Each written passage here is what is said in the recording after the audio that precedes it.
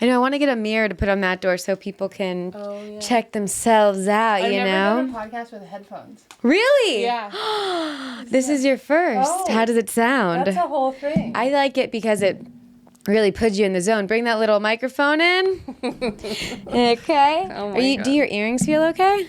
Yeah. Okay. Yeah. I see one popping out. Oh, does it look like a little testicle? There's a little semen dripping from it. Should I take them off? Does it look weird? No, as long as it doesn't hurt. No, it doesn't hurt. Because I've worn earrings where I have to take them off because they like will flip up and. Oh no. And this then. is not the case. Let me just make sure. Okay, nice and comfy. Yeah. Feeling good. Yeah, I have to be honest. I haven't prepared for this at all. No, I know it you doesn't sent me matter. the prompts, and I kind of thought about them, and I was like, oh no, I'm gonna have to really be vulnerable.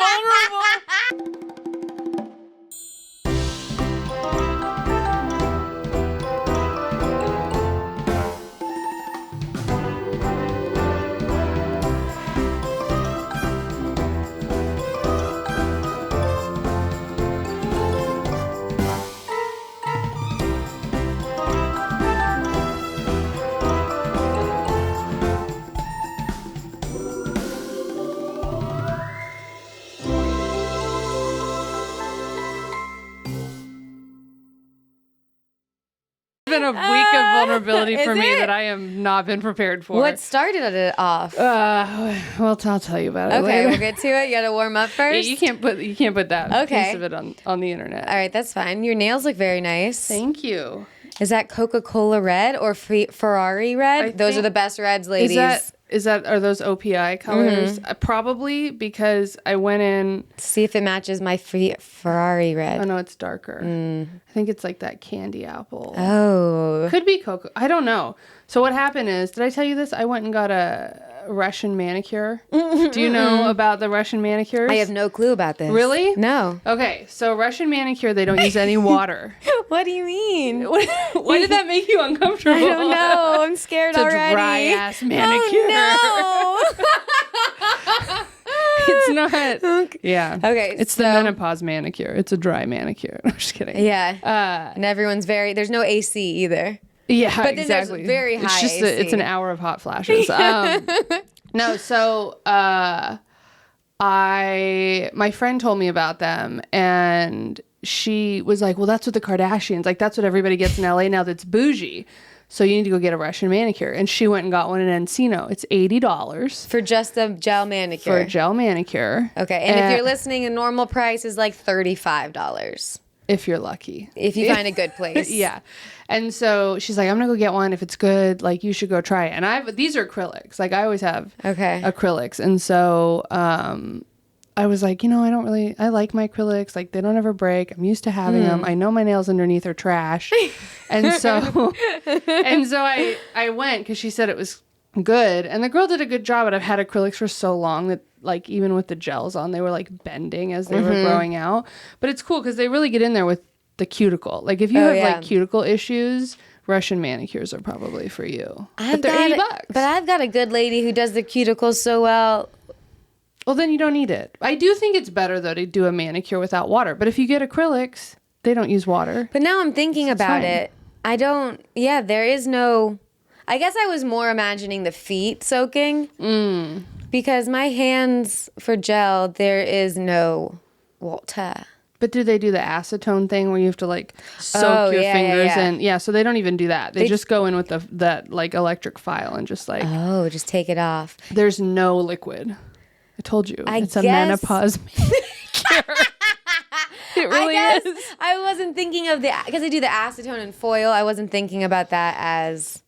Yeah, no, they don't do that. As a liquid. But that is a liquid. It is a liquid. And it's a bad one. It's a toxic liquid. Oh, no.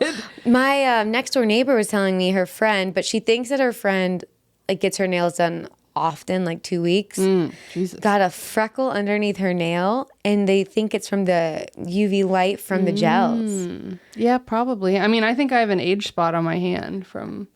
years from that too? Of doing that. Yeah, because it's like right here. I mean, it could be from driving. Like, it could just be from anything. I'm very white. Like, I'm pink. I'm not. Every time I go to the dermatologist, they're like, do you go outside? Because you shouldn't. I'm like, oh, good. Thank you. Oh, man. Gives me There's hope. this redhead upstairs at the pool. So annoying. She's so fucking annoying. She was a wiener like last week or a few weeks ago. Oh, the wiener with who was episode? Doesn't matter. She was the pool wiener recently. And for a redhead, this bitch is always at the pool. You think there'd be a cap to it. Does she have olive skin or is she white? No, but she's pink. She's not like as white as she should be because she's always at the pool. But I think she's somehow like surpassed her regular pool limit. Yeah. I mean, I used to go tanning. Did you go tanning back in the day? I just talked about that with Harper, about tanning beds, and I have white freckles. I've got regular freckles and white freckles. I think I have a few of those. And that's a bad sign. That is not good. That's a bad sign. That is a really bad sign. Well, did you guys talk about this, how like one session at tanning bed's like the equivalent of 12 cigarettes or something in terms of your health? It's the hookah of smoking. Oh yeah, hookah's awful for you. Hookah's so bad. So fun. That's the only thing I've ever smoked really, and like Swisher Sweets. Oh gosh, I had a birthday party, and there was a few people who were just a little bit younger, and I'm talking like probably 5 years younger. I forgot what it was called, but there was bars that they grew up with in their college that I didn't know existed for vape bars.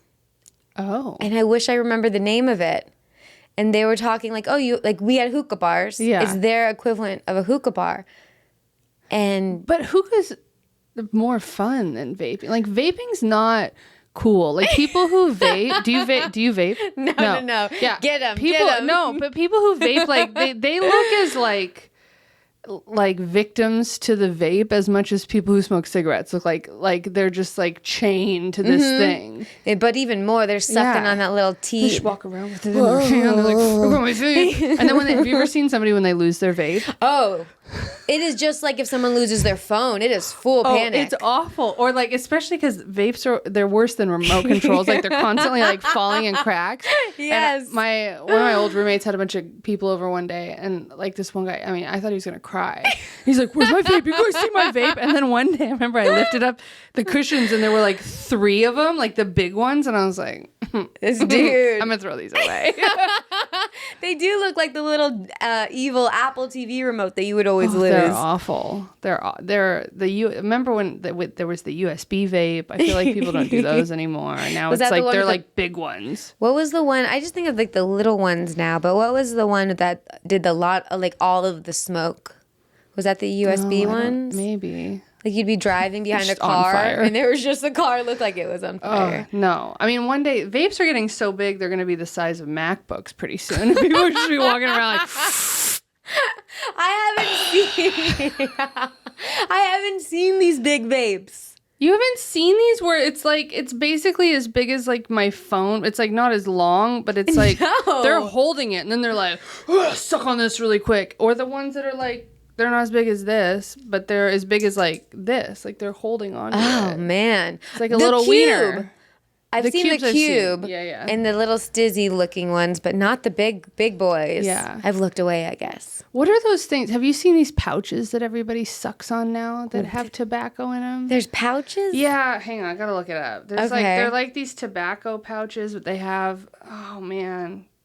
You don't know what I'm talking about? No, I'm so out of the tobacco game.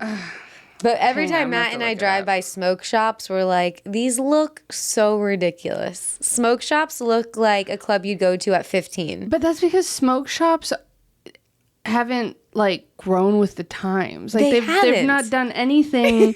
Like I used to walk past smoke shops as a kid and think, there's a dildo in there. Like that's how it felt. I was like, there's a penis shaped something in there.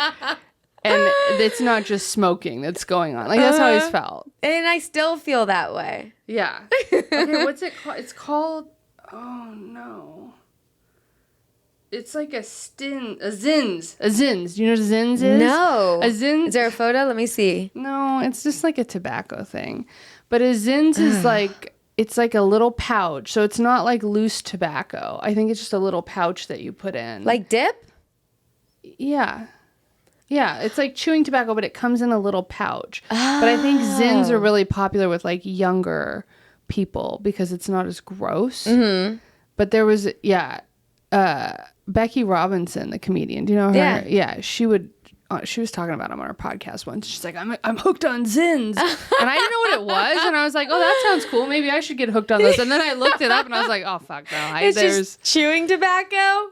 Yeah. Damn. But it's like cute, like it's just like it's in a little pouch. It's contained. Okay, thank God. It's like the crazy's contained. Cancer. I haven't seen those. I've never smoked a cigarette. In high school, I had a puff, and that was about it. There's some things like I think I always say like I've gone so hard. And you're from Florida, like that says a lot about. Says a lot. I always say like alcohol saved me from doing everything else. Oh, okay. I was so happy with alcohol. I was so happy with Burnett's vodka. Everything was great. I was like, I don't only Mandy Martino. I don't need anything else. Oh my God. That's so funny. Yeah, I never smoked a cigarette. But I think it's because my mom's mom died of colon cancer. And my uncle's a smoker.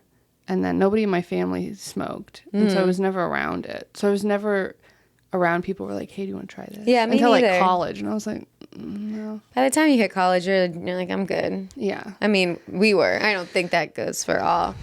Yeah. I just lost all my smoker audience. My whole audience is actually all smokers. Like people, all my friends in college were like athletes or like in an athletic pursuit of some kind. And so nobody really did drugs or like excessive anything. But then I would hear about the sororities and they'd be like, oh yeah, like that girl's so skinny because she does coke. And I'd be like, I've never even seen coke. Like, oh, I saw a lot of coke in Florida. Oh yeah, I never saw cocaine until I started doing stand-up comedy. And then I was like, oh, that tracks. And we started doing it like when the cocaine has chilled. Like back in the day, stand up and cocaine. 6 years ago? That's when I started. Back in the day. I mean in the 70s. And I also feel like saying cocaine is like saying marijuana.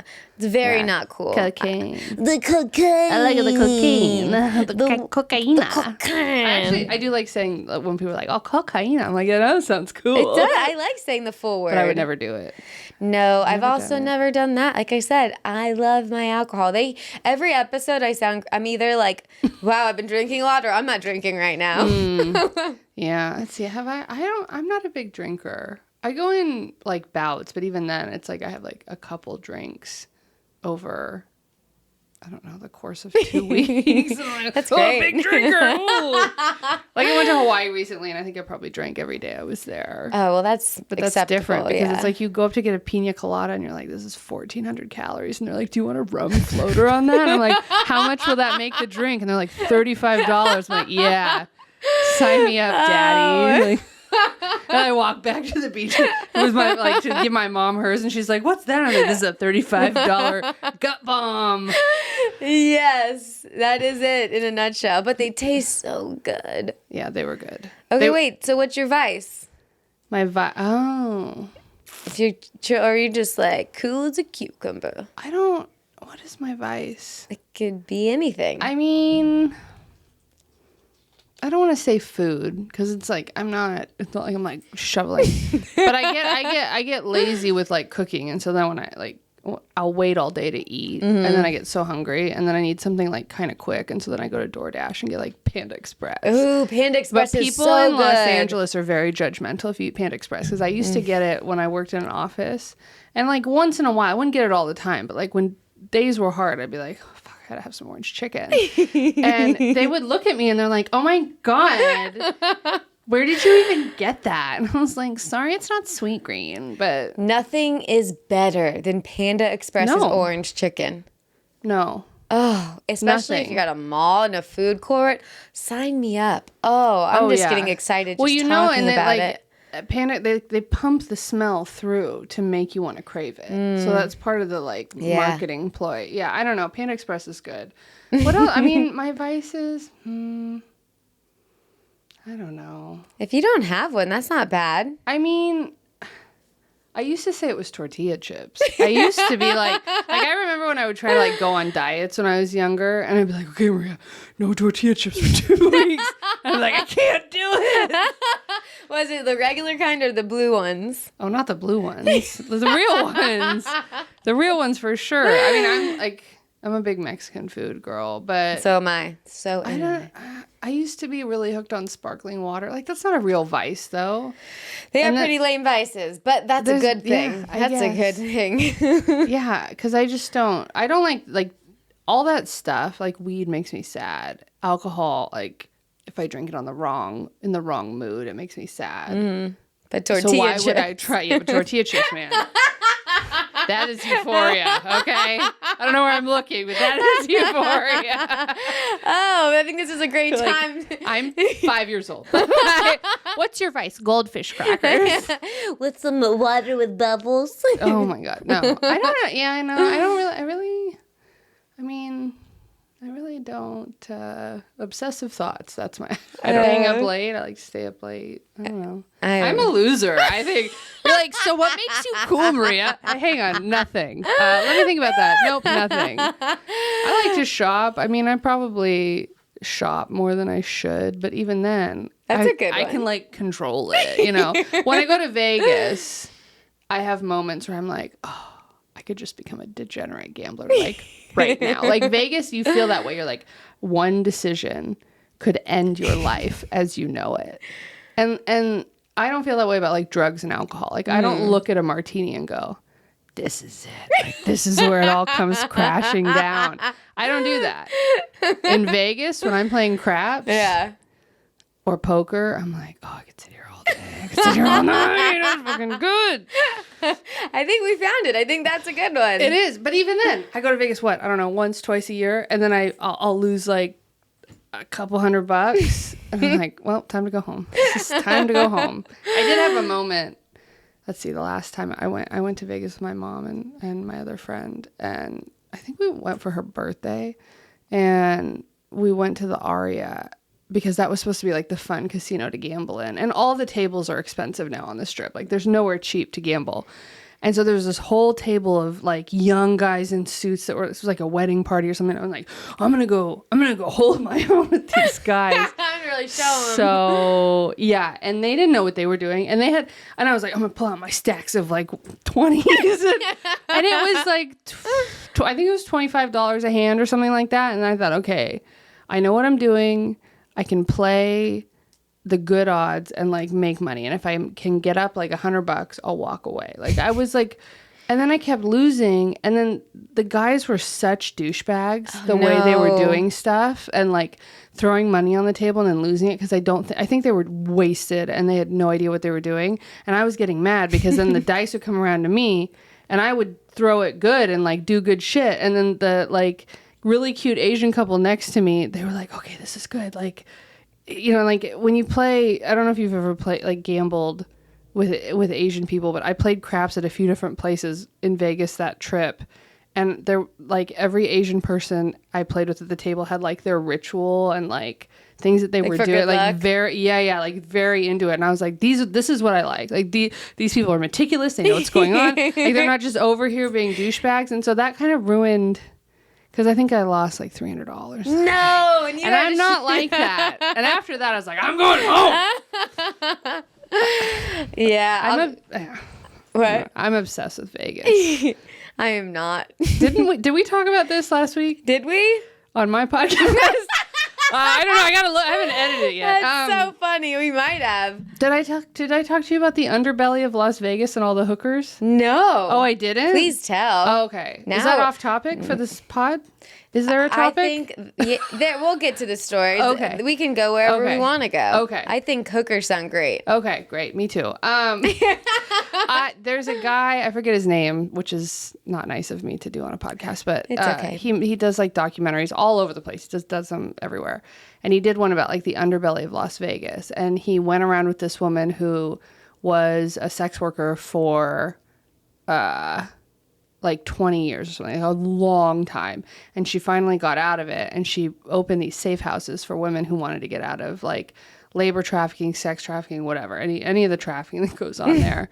And so she would take him around and like they would walk the strip and she'd be like, that's a sex worker, that's a pimp, that's a buyer, that's a labor trafficked person. And she broke everything down. So like the people that when you walk the strip, you've been to Vegas. Mm-hmm. and they're like trying to hand you like tickets, like, oh, $69 to get this girl to your room. Yeah. The people who are like really pushing it on you are labor trafficked people. Ooh. And they have to meet their quota because they've probably paid somebody money to come over here, and they have to pay that money back. And if they don't meet their thing in the day, like they won't get to feed their family. Like there's this whole, it's crazy. That's why in the bathroom stuff, it's like, are you a victim of human trafficking? It's like, it's actually like way, way, way deeper than it just like hookers going to like dudes' rooms and robbing them and stuff. It's like, it's crazy. It's a really good documentary. Oh man, just send me the link and then I'll put it in the bio since you can't remember his name. I'll have to watch it. It was really good. It's like an hour long. It's on YouTube. Okay. It's good. All right. She was hardcore. Like this woman had seen it all.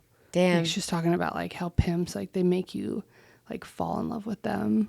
Really? Like, yeah. She's like, oh, I love my pimp, and that they do like really manipulative stuff. So I've never loved my boss. Have you?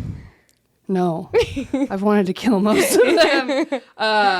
But she said like if you're a sex worker, you don't get anything. Like you don't get money to look nice or like any extra tips that you make where you can hide the money. Like that's when you would get money to spend stuff on. But the pimps would they would go and get their nails done and have like long, beautiful nails to make their girls jealous. What? So they would go and do all these things, like go shopping and like pamper themselves the way a woman would, as this like crazy mind control shit. Oh my God. It's crazy. Like it goes deep. Okay, well maybe I won't be a hooker. No, I don't recommend that because you can't be a hooker without a pimp. That's what she said. She's like, people try to do it and you can't do it.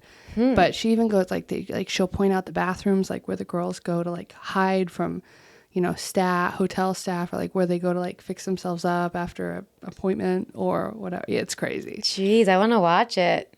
I want to go to Vegas and be like, okay, I can spot now them. You can see it. Because I can, but also I would say I haven't I don't look for the men that are like really looking to buy. Mm-hmm. I just assume they're all disgusting. I mean, anytime someone passes those, you don't even look at them. You're just like, no. Yeah, you don't even, but it is like, it's like people who barely speak English, they're Hispanic or Asian or something like that, and it's not like it's you where you're like, hey, you want to get this girl to your room for $69? I bet you I could really pull. You probably could because you're not being labor trafficked. That's true. You know, it's like barking for a comedy show. Oh God! Luckily, I've never had to do that. Trafficking. Oh, shit. Have you had to do that before? Oh yeah. Oh no. I have done it for my own shows. I've done it for. I never really did it for Comedy Store shows, but I would like try to promote in like social settings. I would do that, which is kind of barking. And then when I first started comedy, oh no, I did it for Flappers. No, so cringe. Yeah, I forgot that they have people go out. No, it's fun because you can see how far you've come. I think I did it for. I think it was the first year I ever applied for their like festival or something, and I think I missed the deadline or something. Something happened, and they were like, "Well, you can still participate in the festival in a showcase if you like volunteer." And one of the things of volunteering was to go and bark tickets, like in that Burbank like outdoor mall. I did their internship, their social media internship, and it's a joke. Yeah, you think like if you work for a club. You do something and then you get shows and trade for it or move your way up or get to know the staff. None of the owners talk to you. You don't get any shows. You don't get any money. Mm-hmm. You do your time and then you leave and it's as if nothing happened. Mm-hmm. That is crazy. Mm-hmm. It is. They gave you, don't on a discredit, they gave you credit to take like a class there. They have like the writing classes and stuff. Well, and then it's like you have to take the hosting class to get hosting gigs there. Like that was what somebody else told me. Like this was when I was really new. So like I also didn't know enough people. And they're like, yeah, if you take the $50 hosting class, then you can host an open mic. And it's like, okay. So I took it. Yeah. And like you always learn, like you still learn stuff whether you want to admit it or not. But like I remember, I think Miranda Meadows took that hosting class with me. Oh, really? And it was when she wasn't even 21 yet. And so it was like Flappers was one of the only places like she could kind of go and get up, minus a couple other places. And yeah, it was funny. That was like so long ago. It's funny. Flappers is disappointing. Like you don't want it to be. You want it to be, useful in some way. And it's tough. I know that they're trying to kind of rebrand themselves. We'll see if that happens. Really? Are they really? I've heard they're trying to get pretty much cooler comics in. Oh, interesting. Because it's a very not known for cool comics club, isn't it? No. Well, and the thing is, like, you don't get paid or get a free drink. You don't get anything. You don't get anything. A lot of places you don't get anything. But for me, I drive to Burbank. It's like 40 plus minutes with no traffic from where I live. And I get there and it's, I knew it ahead of time, but it's a 5-minute spot. And it's like, I'd rather just pay $5 to go to an open mic that's closer. Like, yeah, that's more of a place you go when you're first starting out, which is what they need to change is we don't go there anymore because we want to do shows where we get paid. Yeah. So, and I mean, some of the main room shows do pay, but like every club, they're specific about who they book. So. Yeah. Their main room shows are good, though, sometimes. They're good when there's people in them. When there's only people in the front, it's like any other every place. But yeah, no, they're good. I mean, I haven't been there in a long time. Neither have I. I haven't even thought about it. Oh. Sorry, Flappers. Flappers, we don't like you too much, but if you book us, we love you. Yeah, I mean, I hosted an open before the pandemic. That was one of the last open mics I hosted before COVID. At and Flappers? There were people, like joking about COVID. And it was like 2 days before they shut everything down. And I remember somebody was like, yeah, like we need to wipe the microphones down. I was like, it's not coming here. Like, it's not coming to Flappers for sure. 2 days later, the world is shut down. Dun, dun, dun. Yeah. It happened. It was interesting. I just say your name before I forget. I always just throw people's names. Oh, yeah. Maria Bruggere. Did I butcher it? No, yeah, well, Bruggere. Bruggere. Yeah. Did I say it wrong? You said Bruggere. Bruggere. You stumbled over it. I think you were heading in the right direction. Fuck. I saw your Patton Oswalt clip. That's funny. I was gonna say, yeah, thank you. It was funny. What I was trying to explain in that clip was that, I brought him up for people who haven't seen it. I brought him up on stage. Or he brought me up on stage at a show, and then I brought Nick Kroll up on sage after that, which was crazy. Nick Kroll's so funny. I mean, they're both great, and they're amazing. super nice and like very professional, and like they were great. But in the green room, Patton had looked at my name on the piece of paper, and he goes, Maria Bruggere. And he looks at me, and I was like, that was perfect. Like, and everybody in the room who like know my last name, they were like, how did you figure that out? I'm like, he is a smart man. Yeah, like if you can pronounce my name right on the first try, you're a smart man. So it was funny because he did it so good on the first try, and then as the evening went on, as he was getting ready to go up on stage, he's like, I'm gonna ask you a couple more times. I'm like, that's fine. Mm-hmm. I said, you don't even have to remember the credit I give you, whatever. And so then right before he goes up on stage, he goes, Maria Bruggere, and I'm like, yeah. And he's like, I'm not going to forget it. I'm not going to forget it. I'm like, okay. Like, I would have even written it down for him, or like, I should have told him, like, hey, put it in your phone. Like, I didn't even really think about it because he seemed confident. Yeah, he had it. Yeah. And then when he did that, I'm so used to it. Like, I feel like, especially at those kind of like no hosted shows when you're an unknown comic and like somebody bigger is bringing you up, like Supernova or Bourbon Room. Bring up a... Yeah, where they don't remember, like... I don't know. You don't exist to them, really. Which is no. like, yeah, I mean, like, not in a bad way. Like, Pat and I had never met before, like, and if I saw him again, I'd probably reintroduce myself. just out of like, as courtesy. I'm like, I don't expect you to remember my name. I do the courtesy reintroduce as well. To who? To people, everyone. Oh yeah, I do it all the time. I don't expect anybody to remember me, and then everyone's like, of course I remember you, and I'm like. You don't have to. You're not gaining anything by remembering who I am. I guarantee. Don't say that. I know. I've been instructed to be less self-deprecating. Yeah, I mean, you have to be a little to have this career. Yeah. But I mean, I almost didn't post that clip, to be honest with you. Really? Yeah, because I was like, I don't want people to think that I'm like trying to turn something into something just because it was Patton Oswalt or whatever. But like, it was a funny moment, and it was a cool moment, and it was like. I was glad I taped my set, and I thought, to people who don't know what comedy is about, like for some of us, like there are certain people that are at our level that are getting brought up by Patton Oswalt all the time, probably at these shows. But for people who don't know comedy, or like my friends at home and stuff who don't know what I'm doing or don't get it and like see me posting all these flyers and I have no idea what's going on. Like that's something tangible for them where they're like, oh, okay, she's doing okay doing comedy in LA. It's like, yeah, I'm not like playing the Comedy Store every other night, but like every once in a while, Patton Oswalt shows up and fucks up my name, and that feels good. That would feel good. Yeah, so you know, like it's nice to, I don't know, share those things with like the non-cynical people in your life. Yeah, like comedian. You know, everybody thinks about what comedians are going to think on the internet. It's like, just do your thing. I like was so behind on posting my videos because I'm so critical about my jokes that I feel like none of them are good enough to post. But then I had Jamie Kennedy on, which was super cool. And he was like super motivating. And he was like, you have to post everything. Post it all. That's what the game is right now. It's the most important thing ever. It doesn't ruin, like, it doesn't like tarnish the joke in the future. It's like, post it, get up as much as you can. And I'm just like, okay. So ever since I had him on, I was like still stocking up, posting the old ones. I like archive that I've posted before. I noticed you've been posting more because they've been popping up. And I'm like, let me smash that like. I'm trying to be better about liking posts because I realized I would just scroll through and like not. And I'm like, no, we're all trying to do the same thing. Like, just send a like, you know, somebody's way once in a while. Every like counts, people. Share it. Harper told me that one. Tell people, share with a friend, and it doubles it. I'm like, I never think to tell people to share anything. Yeah, or I also know there's a hack that's like the longer you make the caption. Oh, really? Like when people go in to read the caption, it like the video's playing in the background. Same on TikTok. And so when the caption's longer and they're reading the caption, the video's playing, you're getting a higher play rate.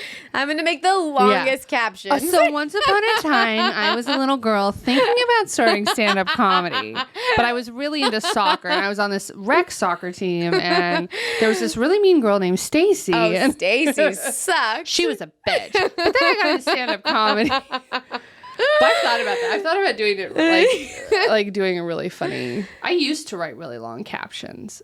And people used to like them just on photos. I would write stupid, dumb things. And then like the short captions became so trendy. I was like, I can't do this anymore. I look like an old person. No, now you have to do it. Now I'm like, coming back. Yeah. Long captions, long stories. I've always hated captioning so much that I would just make captions emojis.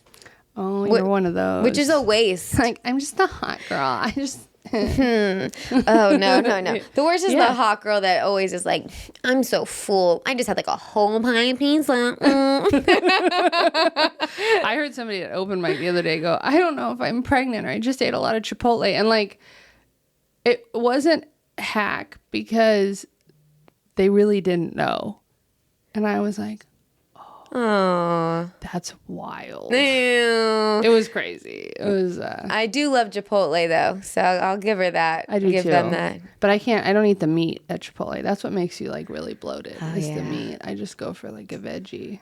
Yeah, I do the veggie a lot there too, but then sometimes the steak. I'm off my Chipotle. I take breaks and I have it. I want to get it every day, like the tortilla chips for you. Oh, 100%. So I just have to cut myself off. It's so hard for me to make a decision between a burrito and a bowl. Because if you get a burrito, you don't get chips. I know. And if you get a bowl, you get chips, but then it's like the chips are so high in calorie because the chips are fried that you're almost eating more. It's right when I don't know if I'm gonna go burrito or bowl until I go to order. Like I'm like burrito bowl, burrito, and then they're like, "What do you want?" And I'm like, "Ah!" Yeah, it is a tough You know what moment. I do though? if I order there and I don't do the online ordering, I assess the person wrapping the burrito. I always assess them. And if they're too white, they can be kind of white, but if they look lost at their station, I'm getting a bowl. Yeah. I assess it not by the ethnicity of them, but by the size of the burrito they make. Oh, that too. Yeah, that too. Yeah, but sometimes you can tell when people don't have like the burrito confidence. Probably the white people. Yeah, they're much less confident. Or it's like certain, like if you go to a Chipotle in Malibu where it's like Pepperdine students, these people don't want to wrap a burrito. They don't even want to be there. Like they don't have a family to feed. You know, I want somebody wrapping a burrito that has a family to feed because they're not trying to get in trouble. They're getting yelled at when they go home. Yeah, I hate having to ask, but I just do it. I hate having to say, can I have more rice? More rice? They never give me enough rice. Oh, they cut give down. so much rice. I always get half the amount. Really? Yeah. But I'm a big bitch. I'm trying to not eat so many carbs. I want all of the rice. Like, I see you at the gym doing snatches or whatever the fuck. Like, I get it. You need some rice. I understand. I don't. My rice goes to my boobs, and I can't do that. Oh, yeah. It goes to my boobs, too, but you can't have it in your boobs. I need it in my boobs. Yeah. So. You want the gains. I want the titty gains. I don't. I want heroin chic. No, just kidding. Heroin chic. Oh my God. That show that patent clip is from, I do a joke that it doesn't make fun of anorexia, but I say the word anorexia, and it got an applause break. And I'm like, that's how you know you're in Hollywood. Oh my God. You think body positivity is working, and you come to Hollywood, and they're like, no, we like them. Don't eat. We love it. They'll pretend like it's working, funny. but no one believes it. It was a funny moment. I was like, okay. That's funny. These are my people. Very different than any other state. Other state. This 100%. Is the only state that is so pro plastic surgery and skinny. Yeah. I think. What other state would be like that? I mean, Houston is the home of the breast implant originally. Oh, because of the Dallas strippers. cheerleaders? No, because of strippers. Because of the strippers. Mm-hmm. So there's that. I mean, well, Dallas isn't Houston. There's a lot of. I think there's a lot of plastic surgery in the South and Arizona. Like, I think this whole Southern California, Arizona, nobody lives in New Mexico, so I don't know. Some, like, Texas, and then I think probably there's a decent amount in certain parts of Florida. Yeah. You know, and, like, probably, like, Alabama, Georgia, whatever, like, Southern where it gets hot out white and you women. show more body. Yeah, but I think here is where it's, like, overdone. Like, I think there's a lot of places where people have plastic surgery and you're like, you look good. Yeah. Like, whatever Jennifer Lawrence has had done recently, she looks amazing. Everyone's talking about her. Whoever she's going to see, I'm there. I don't know if she's had any plastic surgery. She's still so young. Probably lasers yeah. I mean, she's definitely had Botox. I think she's had some filler. I know enough about plastic surgery to, like, I can see it. She's had the baby thing. Her face doesn't. When she did Hot Ones, her face didn't move. I need to watch it. I just see the meme that everyone's doing, and like her face wasn't moving. And I'm like, hey, respect. But there's this thing. I don't know if you've noticed this because you have a good jawline. Like you have I don't. Like I have. There's no shelf here. I have no shelf back here, and I have no shelf here. I'm very self-conscious about my jawline. I can't believe I'm talking about this. And jeez, everyone in Hollywood has what you have. Okay. A jaw? And I know because I look at people that not everybody is born that way. Yeah. But everyone in Hollywood got it. has it. And so I'm like, what are these people doing? I know what Botox is. I know what filler under the eye is. I know what threading is. I know what lip injections are. I know that people get their upper lip Botox so it doesn't move. I've seen Nicole Kidman. I know. No, okay. Kim Kardashian is starting to look questionable. Oh. I know what's going on. I know the jaw thing, but like I need to know this. I need to know if it's Kybella, which is where they inject the product of Kybella into your chin, or they're getting neck lipo. Neck lipo. Which is probably more invasive. But I have heard more effective. But like lipo hurts. And right there? Yeah. Oh, shit. And then it's like, what I wonder is like if you don't do it before a certain age, if you just end up with like saggy skin. Well, do they have to do like a tummy tuck, neck tuck? Yeah, I wonder if they do that, or I wonder if they do Botox to lift all of it. Like I think you might actually be able to have some Botox to lift. Like I could probably... This is so dumb. I get a Botox probably to like lift my eyes and my eyebrows a little bit. Not that they're drooping, but my eyes don't slant up. They slant more down. Yeah, that's what like Bella Hadid does. So she's like... I used to ride horses against her. Really? Yeah. Back in the day. Like, yeah. That's crazy. Yeah, I would go to shows, like competitions, and she would be there. And Gigi didn't really ride, and by the time I started competing against them, I think Gigi was already like really doing modeling, and Bella hadn't gotten into modeling yet because she was like 15. And I remember how popular Gigi was. And I was like, oh, Bella's never going to be what her sister is. Because they just look really different. And Bella she didn't even look like somebody who would want to be a model. Like, she just...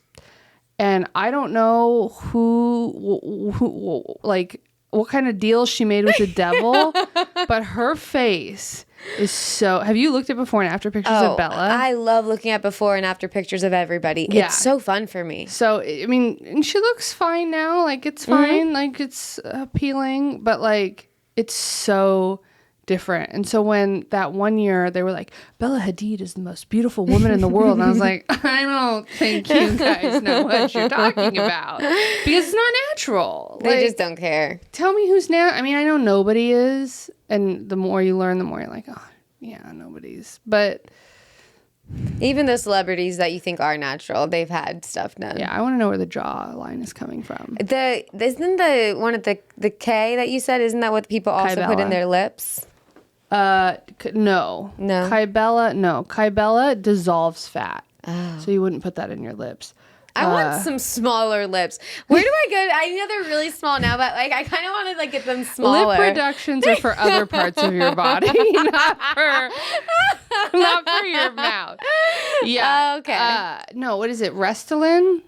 I'm blanking on the other one. There's like a couple different ones, because there's some lip filler that's like permanent, that's harder to dissolve. Yeah, they put like little implants in them, I think. I knew a girl in Oregon that had that, I think. Like, I didn't know for sure, but I looked at it, I was like, that doesn't look comfortable. Man, yeah, but you like, it's so funny as like a girl, like nothing against anybody, but you see and you want to know, you just scroll through their Instagram and you're like, did they? Oh, yeah, for sure. Or it's like everybody does the lip flip now. Do you know what the lip flip is? No. So the lip flip's like when you do just a little bit to like lift the lip so your like more of your lip shows, but you don't necessarily have like the puffed out the duck thing. lip. Yeah, but it's more of a I could show you. Okay. Like I bet Jennifer Lawrence has it. All right. Or she's done something around her mouth. It could just be Botox, but like she's done something where I'm like, it just looks, she looks more, she also has veneers now, and that is it something that can make people look really different, where you're like, what is it? And you're like, oh, it's veneers. Like Kendall Jenner has veneers now. I need to look into this. Wow, such fun things to look up later. We can have a girls' night and really go through it. And what I think is the weirdest out of all of this is how fun it is. Oh, it's so fun. It's like, why is it so fun? Because we all grew up reading Where's Waldo. And that when you're looking at people who have had plastic surgery, it's the same feeling. And you're like, I found it. Yes. I figured it out. Yes. Yeah. I think you nailed it. Yeah. Like I've been looking at Margot Robbie through all this press stuff for the Barbie thing. And I'm like, I'm sure I'm sure the movie is great. On a casting level, in terms of looks, I don't think she has the classic blonde bombshell look that some people have. Who would you have cast? Man. I don't know. Like, I think Jennifer Lawrence, like, I relate to Jennifer Lawrence more. I don't really relate. Margot Robbie, I hate to say this, but, like, I don't get a lot of depth out of, like, people are very critical of her in Hollywood and say that, like, she doesn't have depth as an actress, which I've seen most of her movies. Like, I would probably agree with that. But in terms of blondes, I mean, I don't know. Who's a blonde actress? I'm trying to think as well. Who would be better? I think Margot Robbie looks the part. And if you think she doesn't have depth, it's probably perfect for Barbie. Because Barbie doesn't have any depth. Maybe. It's just, did you see the pictures of her last night in the black dress at the premiere? Mm-mm. Oh, the dress is amazing. Like, I want to see. It's an amazing dress. But her hair, there was something off about her look. Like her hair and the makeup. Like it looked unfinished. Or like the hair. Yeah, there was something about it I didn't like. And I was like, something's off. Like, I mean, like my mom in her prime, aside from the fact that maybe she didn't have the exact body type, would have been a perfect Barbie. Is that your phone? It is. Can I just, it's my brother. Okay, hang on. Put him on the podcast. No. Hello? I'm going to open this for you. Okay. All right, here we go. Press the up button on the elevator. Which one? Do you have a weekly wiener? A person or thing that bugs you more than it should? Does it have to be from the last week or just in life? Okay. I don't know, God. There's things that you know about that I can talk about, but I'm not. I don't know, let's see. I have one. We could talk about mine if you can't think of one. Yeah, let's talk about yours briefly and then I'll think of something. Okay. So this week or last week at the gym, I always get worried that someone will listen, but it doesn't matter. So Matt and I are being super healthy, and they do at my gym like the body fat thing where you stand on and get your weight. It shows your muscle mass, like the full breakdown. So this new guy that's training, like a new trainer, came up to me and said, hey, I'm looking for some people to do this. And I was like, you know what? It's perfect timing because I wanted to get my thing anyways. I could just get that anytime I want without doing this whole thing. But I thought, to be a nice person, I'll go in, I'll do the dumb exercises for the assessment just to help the dude out, and I get what I want. Whatever. And it didn't even bug me that day. It made me not be able to work out that day because it took up my time. And for some reason, it didn't piss me off. But now I'm pissed off because after and it wasn't too pushy, but then he puts me into like trying to sign me up for training sessions. And I'm like, dude, I can't afford. But didn't you know that was going to happen? See, I guess. Like you thought he was just being nice to you because he's a nice guy? I thought he needed to get a certain amount of people to do that. Oh, no, he needs to get a certain amount of people to sign up for training. Okay. So then I thought maybe too, like, I shouldn't have said yes, or I should have and I had a thought before, like, maybe should I tell him ahead of time, like, I'll do this, but I can't afford I'm not going to sign up. First, I don't want to. I know what I'm doing at the gym. I have an online program. I'm happy. Yeah. And I like working out alone. I don't want to. Yeah. I want my music. I just zone out. You know what you're doing. My me time. Yeah. So then I was like, so I wasn't too mad. It was annoying and uncomfortable a little bit. And I was like, but I was good at like practicing being like stern, like, I don't have this money. I am not signing up. But then he kept trying to give me different breakdowns. And I was like, I don't have the money. I don't have there's no breakdown that's going to work for me besides no breakdown.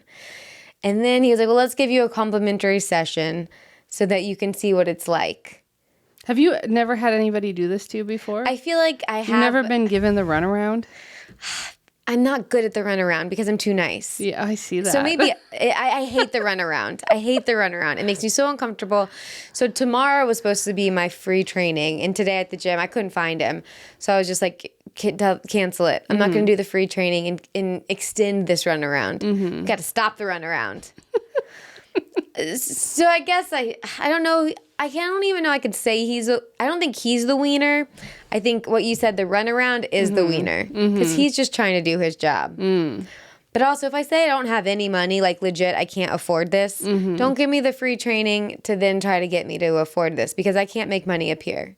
Yeah. Just let it go. Yeah. Well, he sounds desperate. He's probably a bad trainer. He's just new. He just started. Yeah, but he might also be bad at it. Because, like, it sounds a little desperate, you know? I think he's just doing what he had to do. Yeah. I just don't like being put in those situations. Yeah, I don't either. It's hard. It's like when you go to the mall and the people at the kiosk are like, do you want to try this, like, hair thing? Yeah, and they're like, no. Hair. And then they're passive-aggressive to you afterwards or whatever. I don't like passive-aggressive. I mean, it's okay. So what bothers me? I mean, there's two things I could talk about. I could either talk about pyramid scheme salespeople or I could talk about relationship stuff. Which one do you want to hear? Save the relationship stuff. I'm going to have you do that for my Patreon at the end because we do a little relationship thing at the end. Okay. Which, if you haven't checked out my Patreon, please subscribe below. Thank you so much. Yeah, subscribe so we can go have cocktails. Yeah. So the pyramid scheme. Oh my God. Okay. So, see, this is the thing. This is why I know it bothers me more than I should because I shouldn't be giving this person airtime. Okay. But there's a girl I went to high school with. And I think I've talked about it on my podcast. Did we talk about it? Did we? talked about it on your podcast. Should I not talk about it? That's so funny. I already forgot what we talked about. Did we really? I just remembered because I thought I've recently talked about the person. Was yeah. It? Yeah. Oh, okay. Well, I got to think of something else then. We can't talk about the same thing. Oh, well, you'll have to go to my podcast. I was just going to say that. Go to Room for Rent. Maria Bruggere. Okay. All right. Do the relationship thing. Okay. We'll do it different. Yeah. I'll have plenty. No, the thing that I have found that happens to me in relationship. Oh, it's not you, it's me. And like, I love you and I think you're amazing. And like, I want to be friends with you. And like, you know, maybe down the road or whatever. And then, but they want to break up with you or like they want to end whatever it is that's been happening. Whereas 3 months, a year, whatever. I have had that happen to me probably 10 times. No. Where guys are like, it's not even like a commitment thing. I mean, I guess it is in the sense of like, you're trying to move a relationship forward. You're giving more than you're getting, whatever, in some way, shape, or form. And it's like, this has happened from the time I was in my early, like high school, early 20s, college, all the way up until now. And it keeps happening to me. And I know that I shouldn't care in the sense of like I had a roommate for a while that she would go on dates with guys. She would lay out what she wanted. If they were down, she would date them.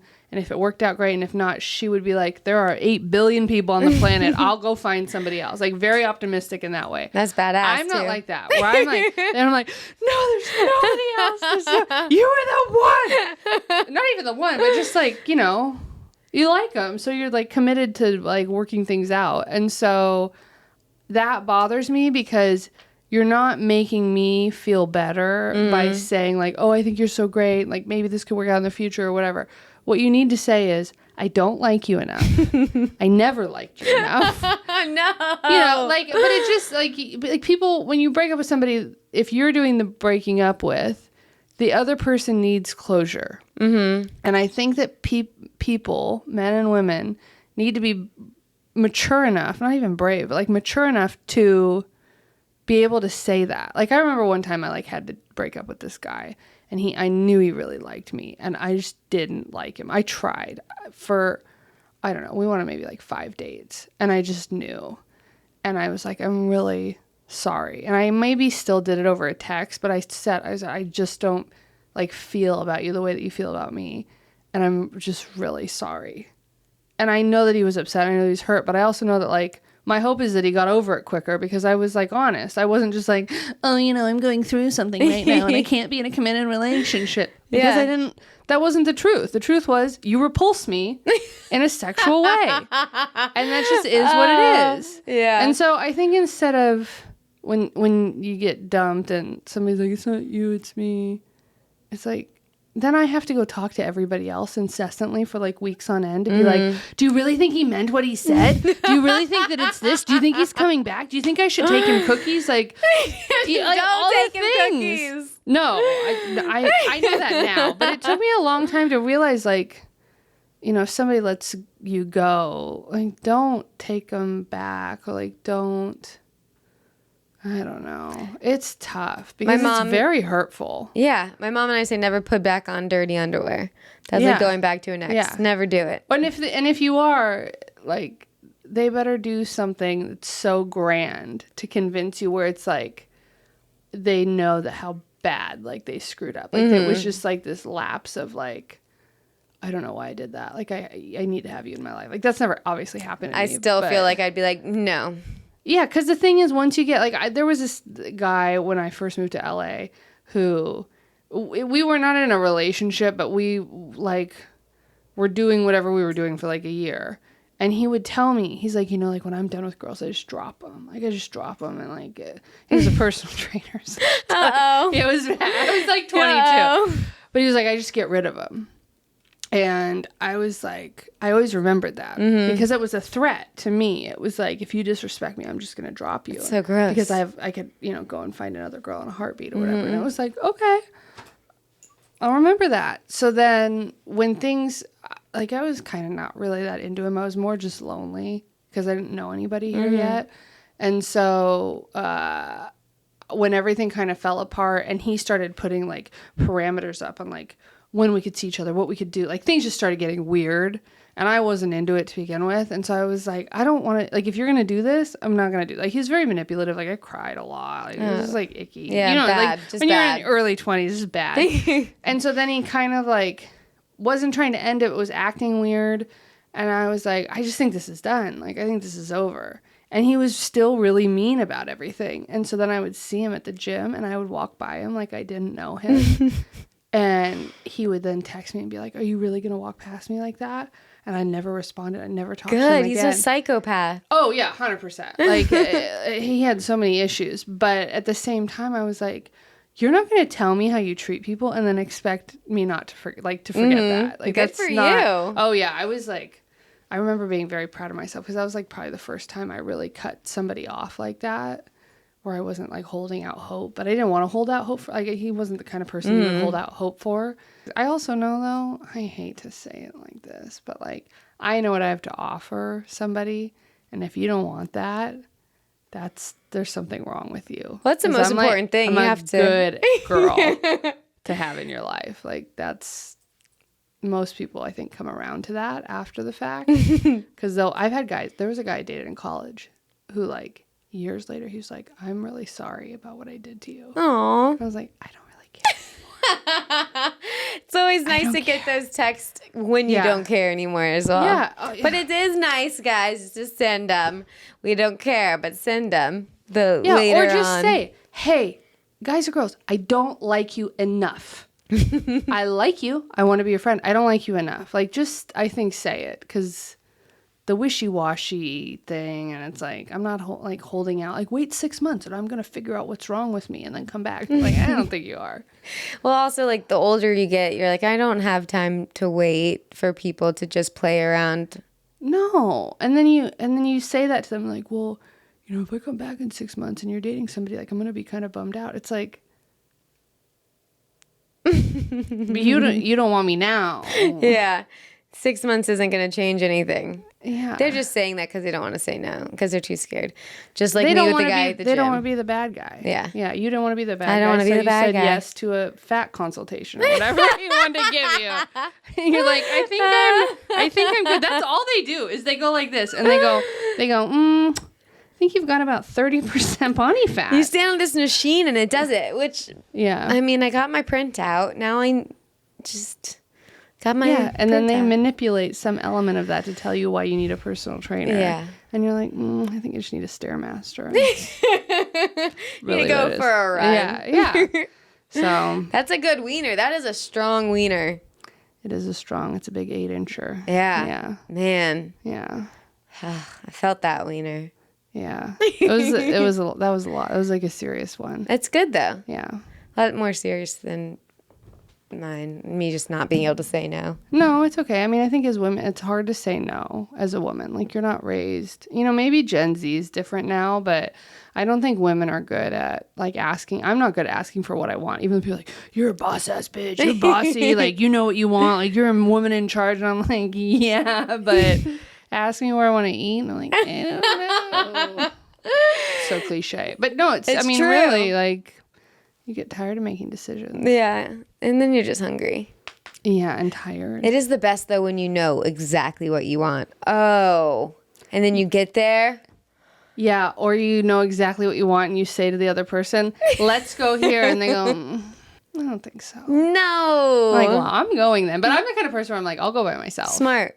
Because when you're craving something, getting that craving is the best feeling. Yeah, that's the one nice thing about, like, I'm not married. I don't have any kids or anything. It's like, if I want to go get froyo for dinner, like, I'm going. I always think that is the best part of being an adult. Eating whatever you want, whenever you want. Yeah. How fun. Oh, the best. And then you get on the scale. Not so and fun. the personal trainer's like, have you been eating whatever you want, whenever you want? Yes. Yeah. Whatever. Okay. Let's do a stand-up story. You can just give one. A stand-up story? Like a moment that you made into your a moment in life that you made into a joke. Miserable, embarrassing, whatever. There's one I could tell, but it's too much. I'll tell you after. A story that I've made into a joke that's embarrassing. Like a moment in your life. You could talk about your boob job or a different thing. I don't know. Like something like that. Okay. I mean, it wasn't embarrassing, but like, I felt for me, and I think most people feel this way, like puberty was not for me. It's not for anybody. But like, saying puberty is not for me is really funny. Not for me. Wasn't having it. Because what happened was, like, I didn't get early. I was not an early puberty person or late puberty person. I was like right in the middle. Like everything happened like at the age it's supposed to happen or whatever, like 13. Mm-hmm. And I remember, like in 6th grade, like girls started wearing like those little Victoria's Secret bras and everything. I was like, oh, I want one of those. And then my mom was the kind of person that was like eventually you're gonna get your period. This is what's gonna happen. That's okay. But she was like very enthusiastic about it at the same time. Like, oh, you know, and I see it now because like I have friends who have kids that are going through puberty and like we're all so excited. We're like, do you have hair under your arms yet? And they're like, why are you asking me? Yeah. Boys are more excited. When boys get hair under their arms, they're like, hey mom, check this out. Girls not so much. So I agree. I remember like I would like sneak to like shave my legs because I was too afraid to ask for a razor. And I'm sure my mom probably figured it out. And then I would like try to like go to the Limited 2 and like find the like sports bras or like little training bras and be like, Mom, can my first bras were Limited 2. Yeah, I was so afraid to ask. And then when it came to the whole period situation, my mom, that was like her Super Bowl. I'm not kidding. She was so prepared for me to bleed. It was crazy. Did you have the teenage tampons? No. So we have heavy flow in our family. Runs in the family. So she, I think, was trying to prepare me for that. Because she was like, if you're anything like me, like, shit's going to be rough. Oh, no. And, like, cramps, the whole thing. And so what she told me was that when it happened, that I wasn't going to call it my period. I was going to call it my celebration. Oh, no. If you're listening... Why did you say that? I told you, and I made a joke out of it. So that's the joke part. But yeah, she's like, we're gonna call it your celebration. And like my friend's mom had told me that like when they were kids, that their mom wanted to call it Mona, and they'd be like, well, Mona's here for a week visiting, you know, like things like that. Like everybody wanted to say, like nobody said like on the rag. That was like olden days. People would say that, or she was like, we'll call it your celebration. So you can just say like, Mom, I'm celebrating right now. Oh, well, that's cute. Because she was trying to make you give you like a code name. Yeah, and she was also trying to make it like a positive thing. Like she was before her time. Like now periods are like celebrated more. I didn't know like, this. People free bleed and they've got diva cups and they, you know, like you don't have to hide taking a tampon to the bathroom at work, or like people are trying to break all period panties, all the whole thing, underwear. I don't like the word panties. And so she wanted to do that. Like she wanted to throw me a party.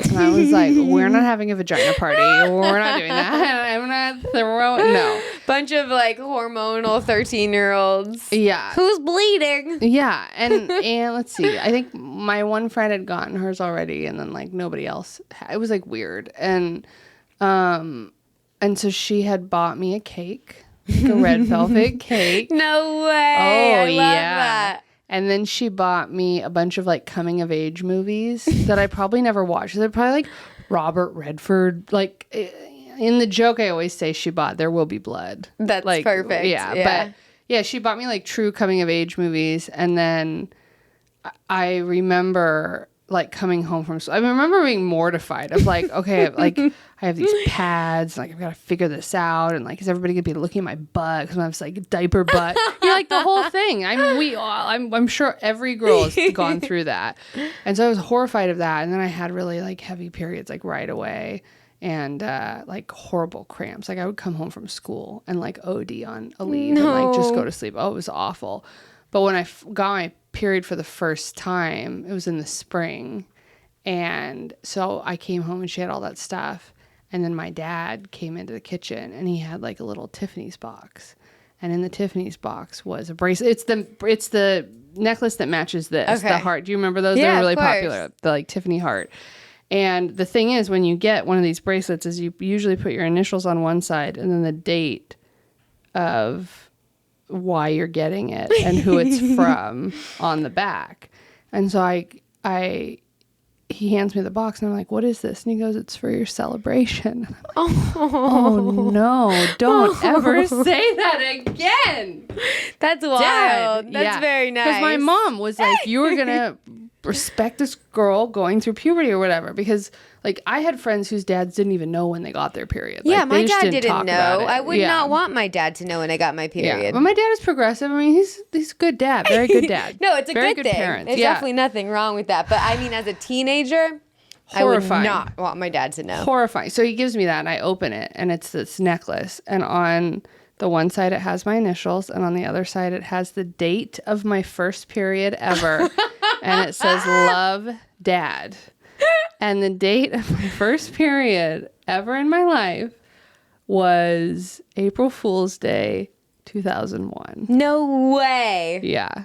That's too funny. And so, like, I remember getting it, and, like, kids are nosy. So you get the necklace that everybody wants. And, like, well, what did you get on it? What did you get on it? Oh. And I'm like, it was an April Fool's gift. Like, that doesn't even make sense. That's a better cover than just a random date, though. I mean, yeah, but they're also like, is that a joke? I'm like, yeah, it's a real big joke. Yeah, it's a real bloody mess.